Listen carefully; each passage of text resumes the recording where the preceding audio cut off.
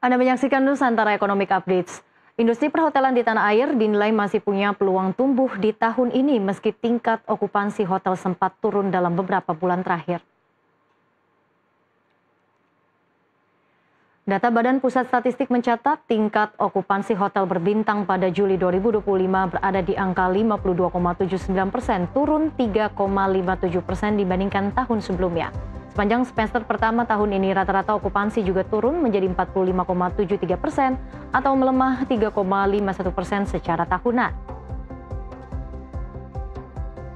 Wakil Ketua Umum Real Estate Indonesia Bambang Eka Jaya mengatakan penurunan ini salah satunya disebabkan oleh pembatasan kegiatan terkait proyek strategis nasional, termasuk seminar dan rapat yang biasanya menopang sektor MICE.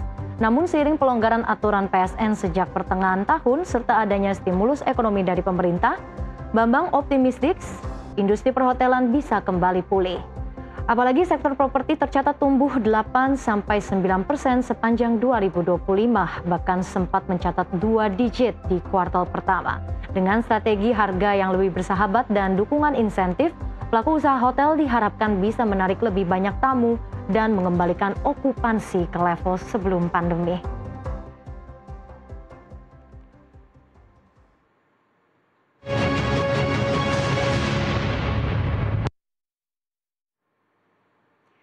Lantas apakah industri perhotelan di tanah air dinilai masih punya peluang tumbuh di tahun ini? Segmen Insight Number kali ini akan membahasnya bersama dengan Hengki Roy, Direktur Keuangan PT Hotel Sahid Jaya International Tbk.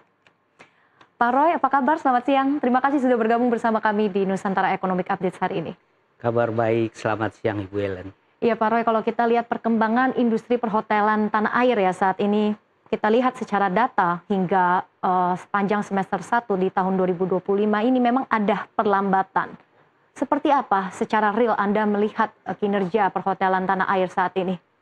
Iya, kinerja perhotelan di semester 1 tahun 2025 ini cenderung menurun. Hal ini memang disebabkan karena pembatasan kegiatan pemerintah ya. Seperti kebijakan strategis nasional itu tidak jalan, itu sebenarnya dampak terhadap MICE-nya besar sekali. Itu sekitar 40%. Jadi pasar kementerian maupun lembaga negara itu 40%. Kalau kita setarakan tuh setara dengan 25 triliun. Nah, dan sekarang ini yang jalannya hanya 6,25 triliun, artinya turun sekitar 75%. Itu dari pembatasan kegiatan pemerintahan. Demikian juga dengan pemotongan anggaran. Itu pemotongan anggaran itu kegiatan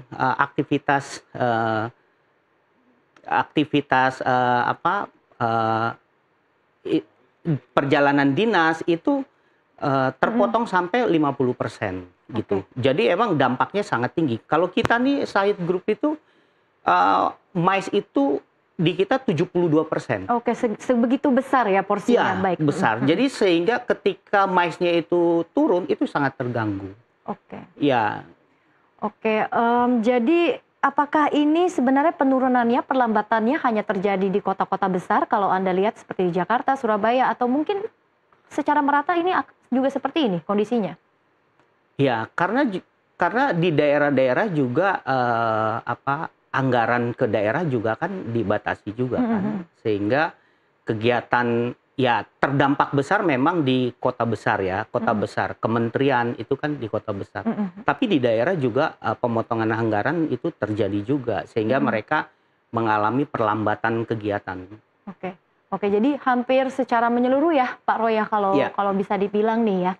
Nah, dengan adanya kondisi seperti ini yang memang sudah berlangsung selama beberapa bulan terakhir, Anda melihat apakah dampaknya ini juga terasa di pendapatan rata-rata per kamar atau RevPAR? Ya, itu sangat terdampak, sangat terasa ya. Jadi kalau pemotongan kegiatan pegawai negeri sipil, perjalanan dinas, akomodasi, tentu kan pendapatannya kan jadi menurun ya, sehingga RevPAR-nya juga jadi turun. Oke, jadi itu sudah multiply begitu ya Yes, efeknya. Oke, dampak oke. multiply. Nah, selain memang efisiensi anggaran dari pemerintah, kita tahu juga memang ini daya beli juga sedang melemah, daya beli masyarakat. Betul. Nah, terutama mungkin di segmen menengah ya, yang Mm. memang menjadi salah satu market target dari industri perhotelan.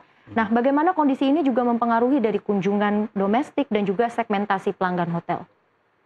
Iya, jadi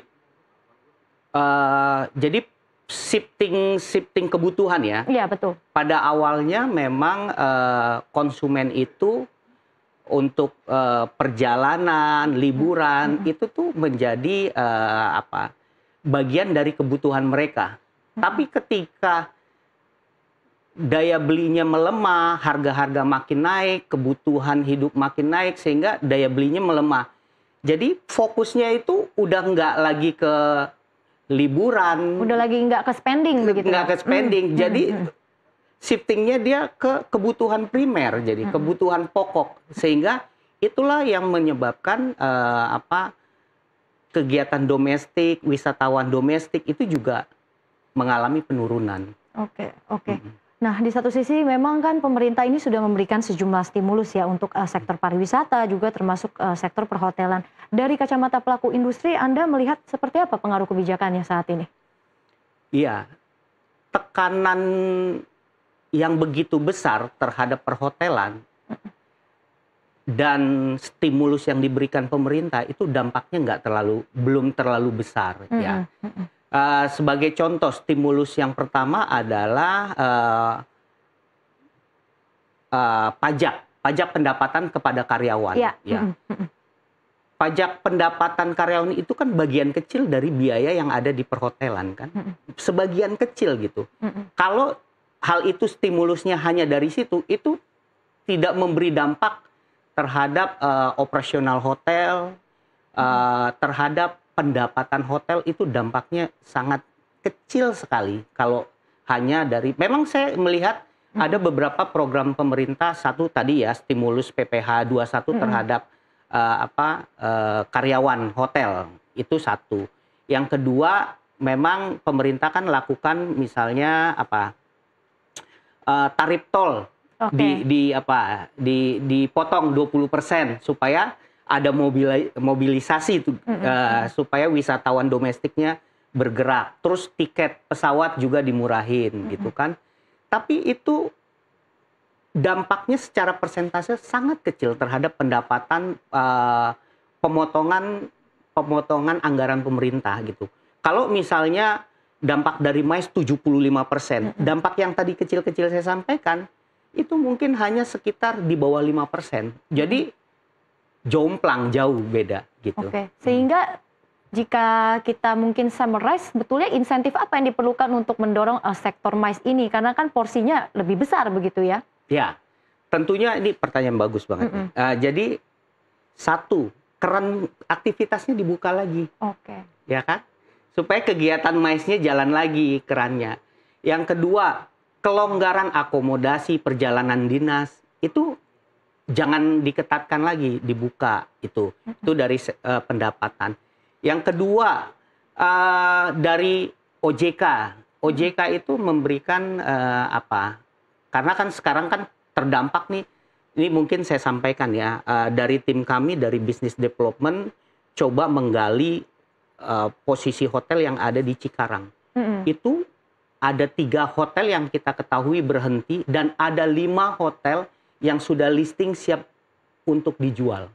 Jadi dampaknya sebegitu besar itu di Cikarang tuh, ya kan? Belum di daerah-daerah lain, itu yang kita tangkap, yang kita perhatikan di sana. Jadi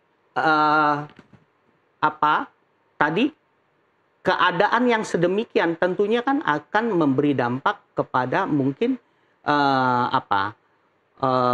kredit macet. Nah, karenanya kita butuh nih OJK kelonggaran, terus ada relaksasi, terus misalnya apalagi pemerintah mulai menggelontorkan kredit ke industri perhotelan gitu. Jadi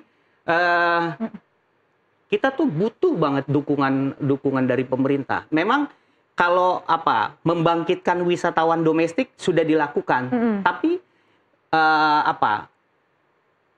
Tidak lebih besar dari potongan yang dilakukan oleh pemerintah, sehingga dampaknya tuh belum terlalu besar. Kami harap misalnya bantuan dari perpajakan tadi kan pajak PPh 21 karyawan. Iya. Ya. Lebih baik adalah pajak daerahnya diturunkan. Atau mungkin kemarin saya tertarik dengan apa tuh dari Pak Purbaya sampaikan PPN diturunkan gitu. Itu kan sangat-sangat memberi dampak bagi usaha bisnis. Jadi pergerakan ekonomi itu benar-benar bergerak karena nih target Pak Purbaya kan sangat besar sekali nih. Itu salah satu mungkin solusi yang bisa dipertimbangkan begitu ya oleh pemerintah untuk bisa mendorong lagi begitu dari sisi demand di industri perhotelan saat ini. Baik Pak Roy, kita jeda terlebih dahulu, dialog kita semakin menarik tapi kita harus jeda terlebih dahulu. Pemirsa, Nusantara Economic Update akan kembali usai jeda berikut ini.